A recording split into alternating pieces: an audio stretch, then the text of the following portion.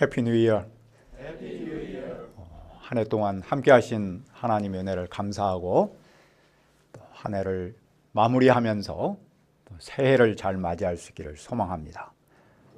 우리 요절 말씀 8장 9절을 다 같이 한번 읽겠습니다. 시작. 만군의 여호와가 이같이 말하노라. 만군의 여호와의 집 곧 성전을 건축하려고 그 지대를 쌓던 날에 있었던 선지자들의 입의 말을 이날에 듣는 너희는 손을 견고히 할지어다. 은혜로우신 아버지 하나님, 한 해 동안 함께 하신 은혜를 생각할 때 감사합니다. 이 시간에 성령 하나님께서 우리와 함께 하셔서 스가랴서 말씀을 통해서 오늘 우리가 또 어떻게 보내며 새해를 맞이해야 할 것인가를 깨우쳐 주시고 함께 주옵소서. 성령 하나님께서 이 예배 가운데 함께 하시고 복을 내려 주시옵소서. 예수님의 이름으로 기도합니다. 아멘.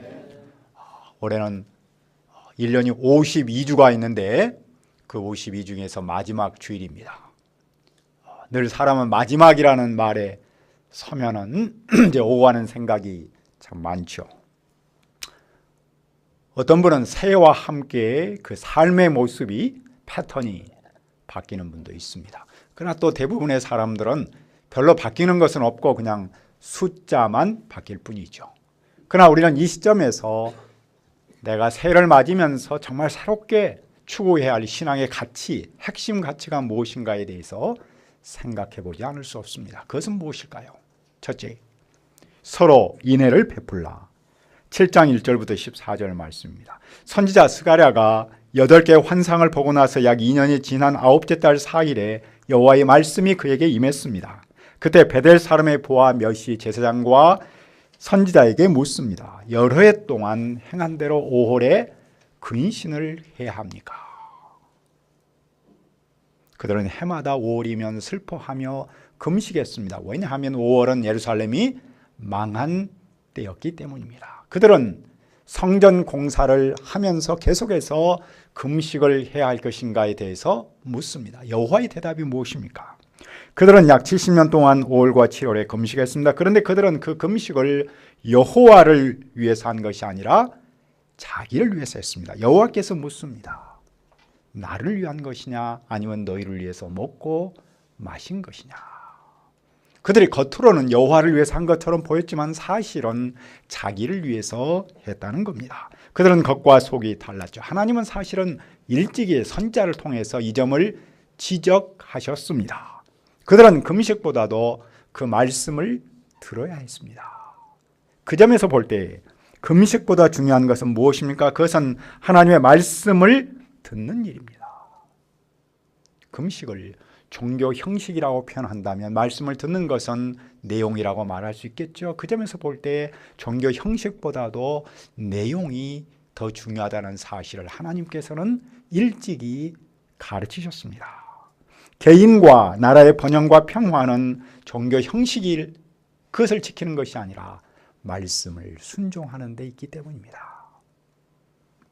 옛날에 예루살렘과 주변에는 많은 사람이 살았습니다. 그러나 지금은 그곳이 황무지가 되었습니다. 왜냐하면 조상이 하나님의 말씀을 듣지 않았기 때문입니다. 목자가 아무리 목소리를 높여도 양이 듣지 않았기 때문에 소용이 없었습니다. 순종하지 않은 그들은 고향을 떠나서 험한 세월을 살았고 평화를 잃었습니다. 그러나 이제 그들은 다시 고향으로 돌아왔습니다. 그들이 해야 할 일은 무엇입니까? 과거의 조상처럼 살아서는 안 되고 하나님의 말씀에 귀를 기울여야 하는 것이죠. 그러면 그들이 구체적으로 들어야 할 하나님의 말씀은 무엇입니까? 7장 9절을 읽읍시다. 7장 9절 시작. 만군의 여호와가 이같이 말하여 이르시기를 너희는 진실한 재판을 행하며 서로 인애와 공의를 베풀며. 진실한 재판은 사회 정의를 이루는 것이고 서로 인애를 베푼다는 말은 서로 사랑한다는 말입니다.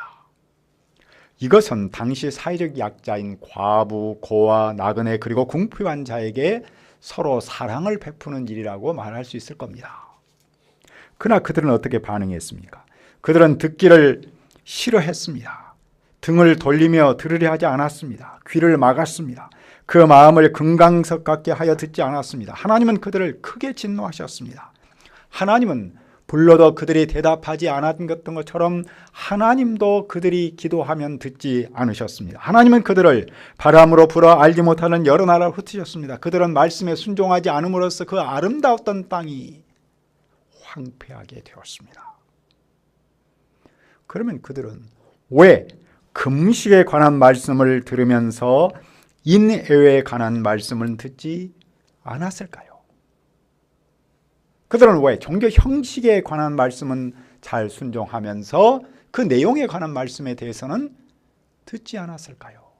첫째로 그들은 잘못된 신앙 가치관을 갖고 있었기 때문입니다. 그들은 금식하는 일은 대단히 높은 수준의 신앙으로 생각했고 서로 인애를 베푸는 일에 대해서는 낮은 것으로 생각했기 때문입니다.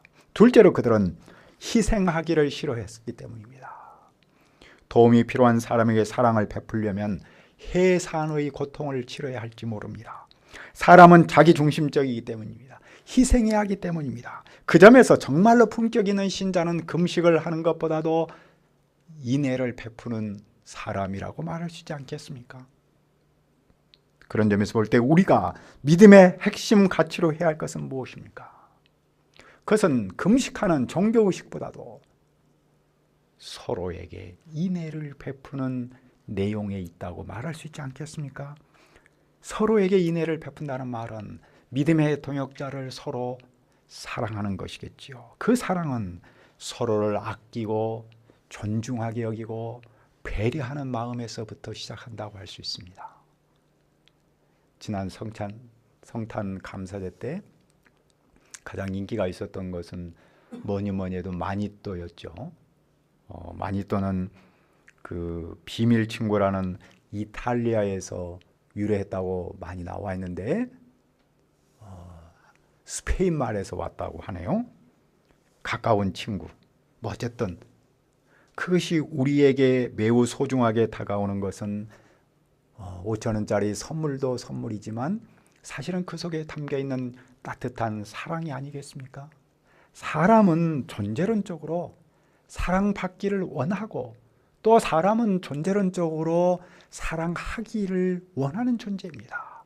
그런 점에서 서로에게 인애를 베푸는 것, 서로를 사랑하는 것이야말로 우리가 진정으로 추구해야 할 신앙의 핵심 가치라고 말할 수 있겠죠.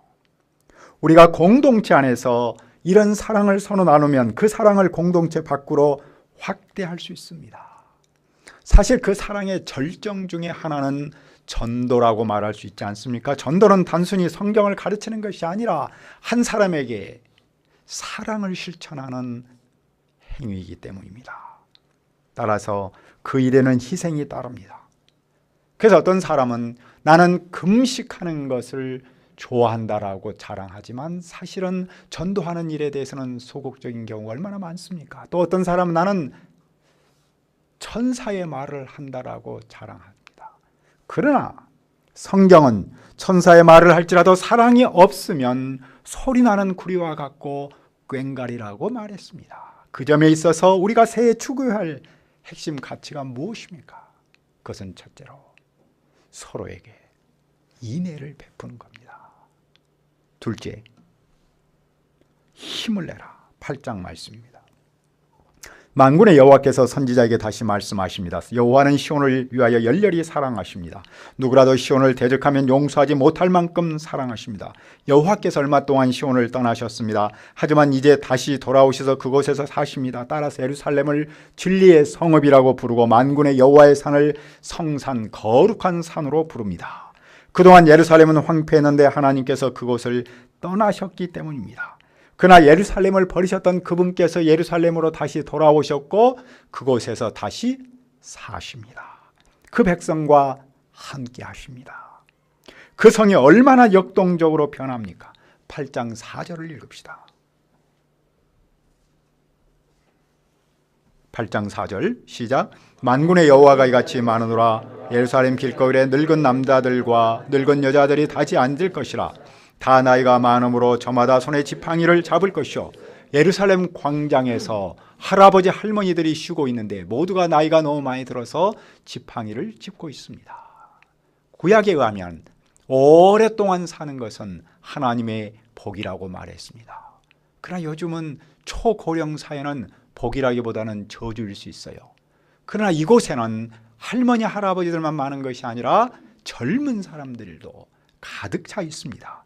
왜냐하면 그날이 오면 만군의 여호와께서 그 백성을 동쪽 땅과 서쪽 땅에서 구원하시기 때문입니다. 여호와께서 그들을 데리고 와서 예루살렘에서 살게 하십니다. 그들은 여호와의 백성이 되고 여호와는 그들의 하나님이 되십니다. 하나님께서 그들에게 두신 비전은 정말로 놀랍고 웅장하지 않습니까? 그러면 그들은 지금 무엇을 해야 합니까? 8장 9절을 읽읍시다. 시작. 만군의 여호와가 이같이 말하노라. 만군의 여호와의 집 곧 성전을 건축하려고 그 지대를 쌓던 날에 있었던 선지자들의 입의 말을 이날에 듣는 너희는 손을 견고히 할지어다. 그들은 지금 손을 견고히 합니다. 그들은 성전을 처음 짓기 시작했을 때 들었던 그 선지자의 말씀을 다시 한번 새기면서 힘을 내야 합니다. 그들은 왜 손을 견고히 해야 합니까? 그들은 성전을 계속해서 지어야 하기 때문입니다. 그들의 성전을 지어야 하나님께서 그들에게 두신 그 비전을 이룰 수 있기 때문입니다. 하나님의 그 영광스러운 비전은 성전을 짓는 일을 통해서, 성전 완성을 통해서 이루어지기 때문입니다. 아무리 하나님의 비전이 위대할지라도 그들이 성전을 짓지 않는다면 그 비전은 이룰 수가 없습니다. 새에는 두 개의 날개가 있죠.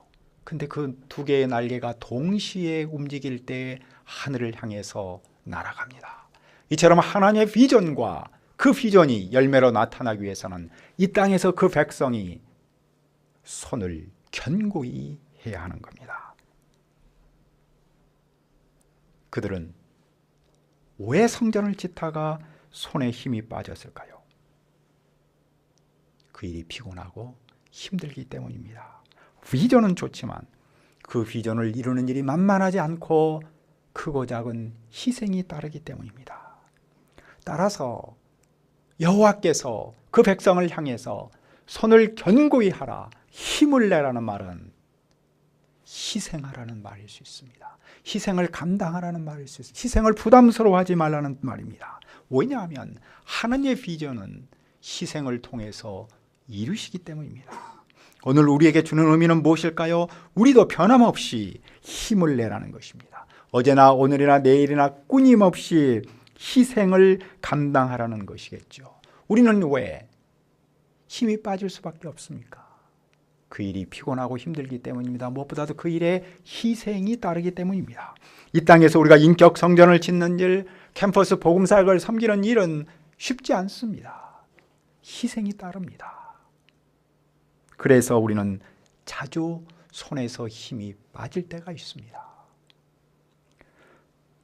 우리는 이 새 밑에서 감사하며 힘이 솟습니까? 아니면 아쉬움 때문에 힘이 빠집니까? 사실 대부분 사람에게는 두 마음이 동시에 있습니다.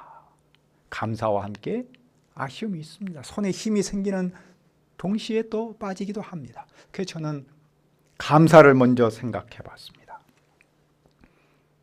모든 사람이 그러듯이 사실 여기까지 오게 된 것이야말로 하나님의 은혜라고 고백하지 않을 수 없습니다. 모든 것이 감사하지요. 특히 귀한 믿음의 동역자들과 함께 믿음의 길을 간다는 그 사실, 여기까지 올 수 있다는 그 사실 하나만으로 생각해도 얼마나 감사한지 모릅니다. 또한 건강하게 새해를 맞이할 수 있다는 것 또한 감사하지요. 그리고 블라디보스톡에서 온 우리 요한 선교사님, 한나 선교사님을 만날 수 있음도 또한 감사한 일 중에 큰 감사지요. 감사를 세어보면 사실은 정말로 많습니다. 그러나 또 한편으로는 이런 감사와 함께 아쉬움도 있습니다. 우리는 봄학기를 마가복음 1장 1절 복음의 시작이라는 말씀으로 시작을 했습니다. 우리는 전도는 도전이다라는 말씀을 마음에 새기며 전도에 힘을 쏟고 믿음의 계승사역을 위해서 나름대로 열심히 기도했습니다. 그러나 돌이켜보면 부족한 것이 많습니다. 조금만 더 잘했으면 좋았을 텐데라는 아쉬움도 있습니다. 그래서 아쉽습니다. 후회가 있습니다. 그런 현실 앞에만 서고 그것만 생각하면 사실은 손에서 힘이 빠집니다. 우리가 손에서 힘이 빠질 때 무엇을 해야 합니까? 어떻게 해야 합니까? 하나님께서 우리에게 주신 비전을 봐야 합니다. 하나님께서 우리를 통해 이루실 생명의 열매를 봐야 합니다. 지금 내가 하는 그 희생은 절대 헛되지 않습니다. 내 희생을 통해서 새 생명이 살아납니다. 우리가 그것을 비전으로 보면 손에서 다시 힘을 낼 수 있습니다. 다시 희생할 수 있고 우리는 다시 도전할 수 있습니다. 왜냐하면 하나님께서 그것을 받으셔서 일하신 줄을 믿기 때문입니다. 우리는 성탄절 때 봤던 그 바울 그리스도의 사도 영화를 기억합니다.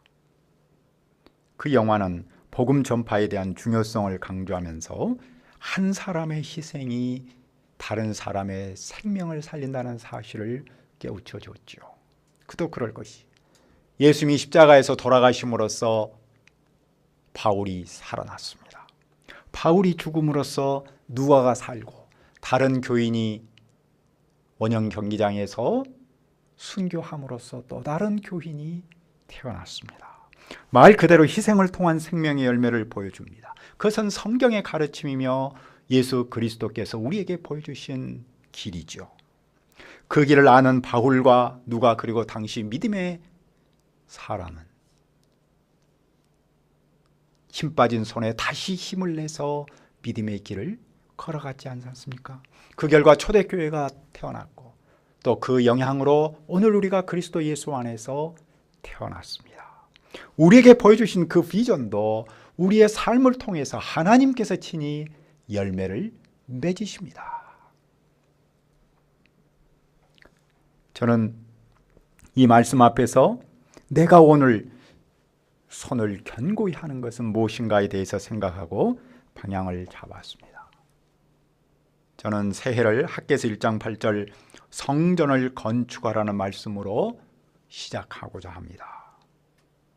그것은 이미 말했던 것처럼 제 삶의 우선순위를 하나님과 그 사역에 두고 믿음의 계승 사역을 이루는 일에 힘쓰고자 하는 것이겠죠. 그리고 우리는 모두가 다 기도 제목으로 잡은 주일 예배를 역동적으로 섬기며 성경을 바르게 서기하고 가르치는 성경 선생 목자의 길을 가고자 하는 방향을 다시 잡았습니다. 이번 주는 우리 모두가 손을 견고히 하라는 그 말씀을 마음속에 새기면서 새 방향을 잡기를 바랍니다. 그러면 이스라엘이 손을 견고히 하지 않았던 이날 전의 모습은 어땠습니까? 전에는 일하고도 품값을 못 받았고 원수 등살에 마음 놓고 드나들 수도 없었습니다. 그들이 힘을 내지 않았을 때 아무리 노력해도 얻는 것이 없었습니다. 하나님의 일을 게을리했을 때 사람도 짐승도 제대로 살지 못했습니다. 사람이 아무리 수고할지라도 하나님께서 복을 주시지 않으면 헛되기 때문입니다. 그러나 이제부터는 그들의 삶이 달라집니다. 앞으로는 복이 있습니다. 평강의 씨앗을 얻습니다. 포도나무와 모든 나무가 열매들이 아주 풍요롭게 됩니다. 그 남은 백성이 이 모든 것을 누립니다. 여호와는 당신을 믿고 헌신하는 사람에게 복을 주십니다. 내가 나를 위해서만 수고하면 얻는 것이 없지만 하나님의 일에 헌신하면 하나님께서 복을 주십니다. 그런 점에서 볼 때 복은 내 손에 달려있는 것이 아니라 하나님의 손에 달려있지요. 그래서 예수님은 그 말씀을 이렇게 우리에게 말씀하셨습니다. 너희는 먼저 그의 나라와 그의 일을 구하라. 그러면 그 모든 것을 너희에게 더하시리라. 그러므로 그들은 무엇을 해야 합니까? 그들은 손을 견고히 해야 합니다. 그들은 미래를 소망하며 오늘은 성전 건축에 힘써야 합니다. 어려움을 만나도 두려워하지 말고 힘을 내야 합니다. 그들은 조상 때문에 받은 벌 때문에 두려워하지 말아야 합니다. 대신에 그들은 진실한 삶을 살아야 합니다. 공의를 향하고 평화를 사랑해야 합니다. 이웃을 해칠 생각을 하지 말아야겠죠.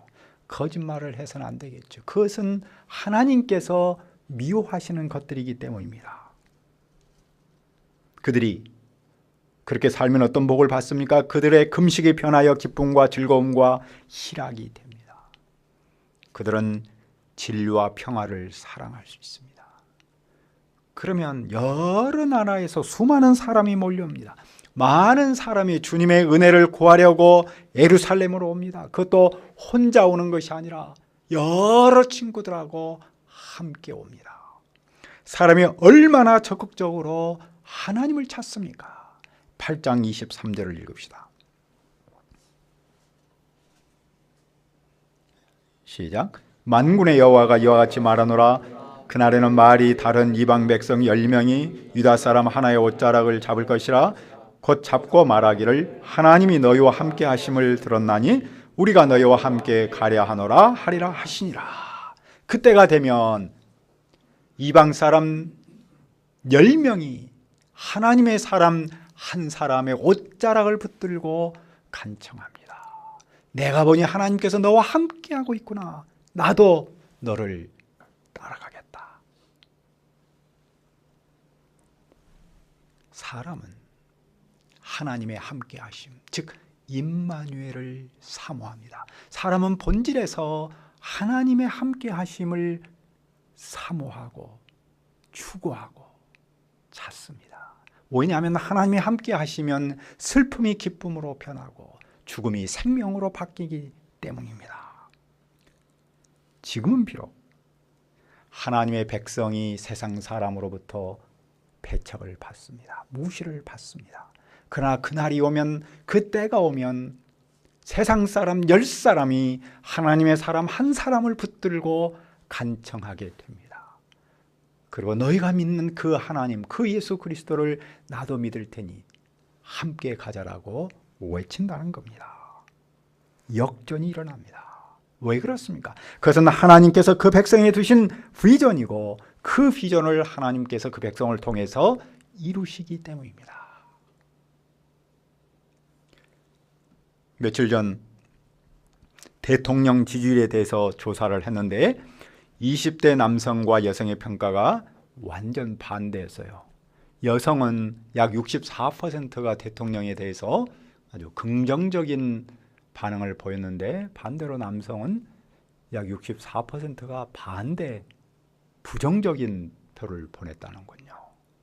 이처럼 같은 연령대에서 성, 소위 말해서 젠더 그 대결 프레임이 나타나는 것은 매우 낯선 현상이라고 그러네요. 그러면서 이것은 우리 사회가 불확실성 시대로 향하고 있는 하나의 사인으로 보기도 하더라고요. 하여튼 중요한 것은 우리 사회가 어떤 점에서는 불확실성 시대로 나가고 있는 것은 분명합니다. 여기서 우리는 두 가지 질문이 있습니다. 이런 불확실성 시대에서 과연 교회는 존재할 수 있을까? 세상은 과연 교회에게 도움의 손짓을 보낼 것인가? 세상과 우리의 현실을 생각하면 교회에 대한 소망을 갖기가 쉽지 않습니다. 하지만 오늘 말씀을 볼 때 우리가 서로에게 인애를 베풀고 힘을 내서 주님의 사역에 헌신한다면 하나님께서 이 불확실성 속에서도 확실한 새 일을 행하실 것이라는 소망을 갖습니다. 세상과 사람을 변화시키는 분은 만군의 하나님 여호와이시기 때문입니다. 하나님께서 일하시면 교회는 세상의 소금과 빛으로서의 역할을 할 수 있습니다. 세상 사람 10명이 교인 한 사람을 붙들고 교회로 나올 그날이 있을 줄을 믿습니다. 그러므로 우리는 이 새해를 바라보며 추구해야 할 새 밑에서 신앙의 핵심 가치를 무엇으로 삼아야겠습니까? 그것은 서로에게 인애를 베풀고 내 손을 견고히 하는 것입니다. 그것은 하나님의 영광스러운 비전을 이루는 길을 닦는 일이기 때문입니다. 우리는 어떤 현실 앞에서도 영광스러운 하나님의 비전이 이루어질 것을 믿고 서로 사랑하며 힘을 내서 성경 선생과 목자의 길을 가기를 기도합니다. 덧붙여서 이 한 주간 동안에 이 말씀 앞에서 우리 모두가 새해의 방향을 굳건히 잡을 수 있기를 기도합니다. 은혜로우신 아버지 하나님, 한 해 우리와 함께 하시고 은혜를 주신 것을 믿고 감사합니다. 우리가 아쉬움이 있습니다. 그러나 여호와 하나님께서 장차 놀라운 새 일을 행하실 것이라는 비전을 주신 것을 믿습니다. 우리가 그 비전을 붙들고 다시 한번 우리가 서로 사랑하고 힘을 내서 하나님께서 맡기신 성경 선생의 길을, 목자의 길을 가도록 도와주시옵소서. 이 한 주간 동안 이 말씀에 의지해서 우리가 새 방향을 붙들고 영접하고 기도하는 한 주간이 되도록 축복하여 주옵소서. 예수님의 이름으로 기도합니다. 아멘.